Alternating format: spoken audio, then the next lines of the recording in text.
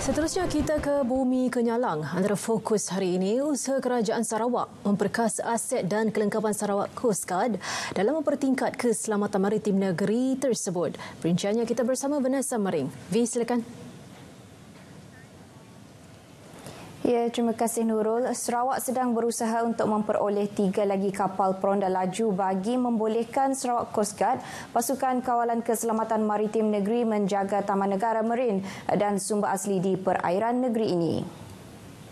Berperanan untuk berkolaborasi. Premier Datuk Petinggi Tan Sri Abang Johari Tun Openg berkata, perolehan kapal bersaiz besar itu membolehkan pasukan keselamatan meronda lebih lama dan jauh serta menjadi pelengkap kepada agensi penguatkuasaan negeri dan persekutuan.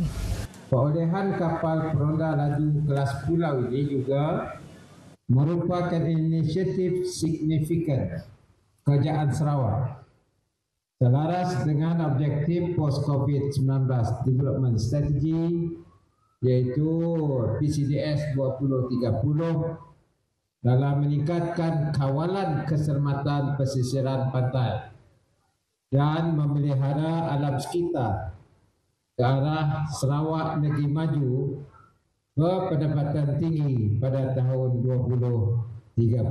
Actually, kita sudah menjadi negeri berpendapatan tinggi as recognized by World Bank. We have achieved it. Datuk Petinggi Abang Johari berkata demikian ketika melancarkan kapal peronda laju kelas pulau Sarawak Coast Guard dan merasmikan Markas Unit Keselamatan dan Penguatkuasaan Sarawak UKPS di Miri. Tambah beliau, selepas pembukaan markas di Miri, UKPS akan membuka 4 lagi markas iaitu di Teluk Melano, Tanjung Manis di perairan tengah Sarawak serta Bintulu dan Lawas. Sebelum ini, 90 juta telah diperuntukkan dalam bajet Sarawak 2020 kepada UKPS untuk memperoleh secara terbuka 6 kapal peronda laju sepanjang 25 meter yang dilengkapi dengan kelengkapan moden dan sistem pendorong pancutan air untuk bergerak. Selain menjaga keselamatan pantai Sarawak, kapal-kapal terbabit digerakkan untuk menguatkuasa ordinan negeri, membantu dalam operasi dan menyelamat, kawalan keselamatan semasa acara air rasmi serta membantu penugasan agensi keselamatan lain. Jabatan Bomba dan Penyelamat Malaysia JBPM merancang mewujudkan lebih banyak pangkalan udara di seluruh negara. Ia bagi meningkatkan keupayaan masa tindak balas atau response time. Jabatan tersebut bagi memberikan perkhidmatan penyelamatan terbaik kepada penduduk. Ketua Pengarah JBPM Dato' Abdul Wahab Mat Yassin berkata pada masa ini JBPM mempunyai 3 pangkalan udara iaitu di Subang bagi zon tengah, Beratam di Pulau Pinang zon utara dan Miri Sarawak bagi zon Borneo. Di Semenanjung, sekarang ini kita hanya baru ada 2 di Semenanjung, iaitu di Beratam Pulau Pinang, itu sebagai zon utara, dan di Subang sebagai zon tengah, iaitu yang mula-mula. Dan ikut perancangan kita nak kembangkan ke Johor, zon selatan, di Timur, zon timur, dan Sabah, Sarawak. Itu dari segi perancangan bahagian air wing inilah.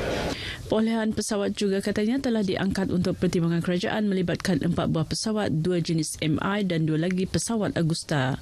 Mengenai pangkalan udara JBPM bagi zon Sarawak, Dato' Abdul Wahab berkata lokasi yang dicadangkan adalah di Sibu. Ia bagi menggantikan pangkalan udara sedia ada di Miri. Pemilihan Sibu adalah berdasarkan lokasinya yang terletak di wilayah tengah Sarawak dan ini akan membolehkan jabatan memberi respon time terbaik seluruh negeri. Ke arah itu juga beliau memohon pertimbangan kerajaan negeri untuk kelusuran tanah bagi pembinaan pangkalan udara berkenaan. Dato' Abdul Wahab menyatakan demikian dalam sidang media selepas Majlis Penganugerahan Pingat Perkhidmatan Bomba 2020 kepada 22 penerima dan Anugerah Perkhidmatan Cemerlang 2022 kepada 97 penerima di Kuching. Dalam pada itu, Pengarah JBPM Sarawak, Datuk Khairuddin Rahman memaklumkan Bomba Sarawak mempunyai bank data bagi lokasi pendaratan helikopter. Laluan dan titik pendaratan di seluruh negeri telah pun dikenapasti bagi memudahkan operasi penyelamatan.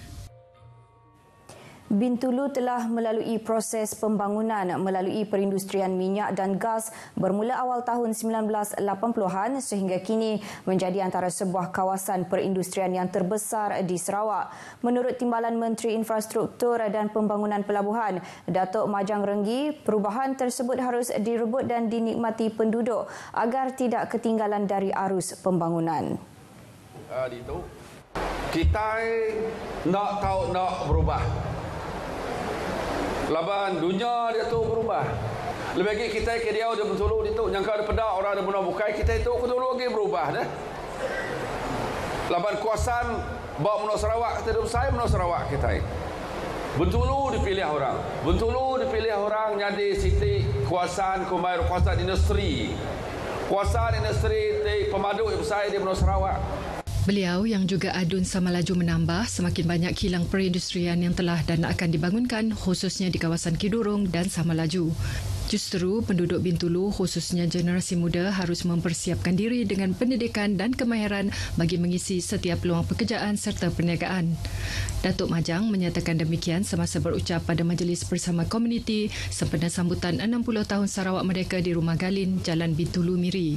Beliau pada majlis itu turut merasmikan Rumah Jawatan Kuasa Kemajuan dan Keselamatan Kampung JKKK Rumah Panjang tersebut yang dibina tahun lepas. Jadi sekali lagi aku ngari ke kami rumah Datuk Majang Labanuan kita semua meda untuk info kita ke datai semua utai kada pada kita tahu Richard siling siling ruai tile kada pada kita itu semua tu diberi Datuk Majang kita jadi tidak ada baru kian hanya diturung luan atap Datuk Majang turut mengumumkan geran projek kecil luar bandar berjumlah RM30,000 kepada JKKK Rumah Galin. Sarawak menjangkakan sejumlah 24.6 juta ringgit impak ekonomi daripada penganjuran Kongres Antarabangsa Perubatan Tropika dan Malaria ICTMM ke-21 tahun depan. Kongres 5 hari bakal berlangsung di Kuching pada 19 hingga 23 September 2024.